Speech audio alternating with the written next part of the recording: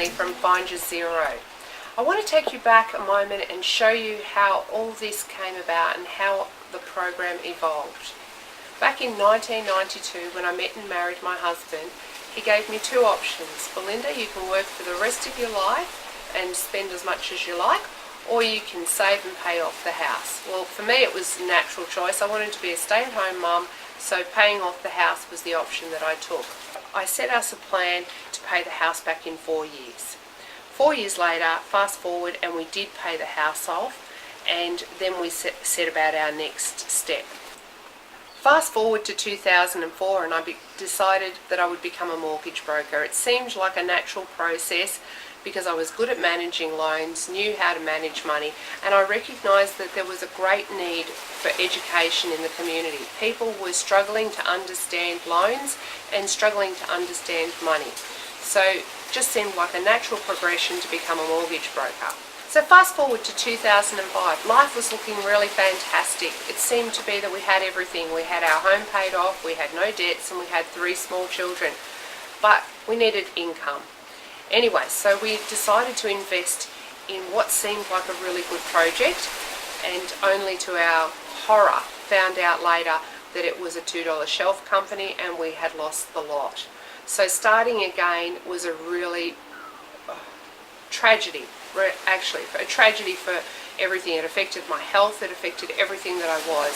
But I was determined that no matter what, I was going to survive it.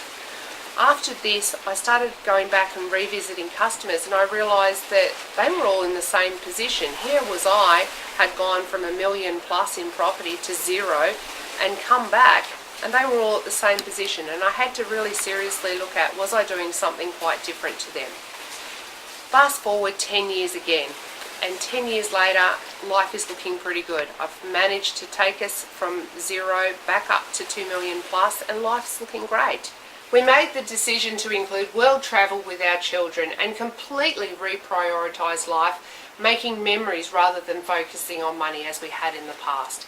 In 2014, after returning from a major 4-month trip around Egypt, Jordan, Europe and the UK, I decided it was finally time for me to follow my heart, and I set myself a mission and a vision to help as many people around the world, and hence Find Your Zero was born. Find Your Zero is about find yourself and find your money, about creating and maintaining a balance. And so I began documenting all my processes when disaster struck yet again. Upon receiving my new 10,000 flyers, I was diagnosed with breast cancer, with the horrible realisation that not only would I gain a further 10 kilos in weight, but I would most certainly face the most devastating moment for me personally, and that was the loss of my precious hair. I felt as though I had spent 10 years climbing to the top of a well, and suddenly a huge wave came and threw me to the bottom once again. At this moment I realised that my positive mindset, together with my skills and tools that I'd spent years teaching people, were the very foundation of the Find Your Zero program, and what had saved me personally from almost certain financial and personal disaster. But don't just listen to me, listen to what my customers are saying about the Find Your Zero program. I must say though, in 2018 I achieved my childhood dream, and that was to release the book, Why Me?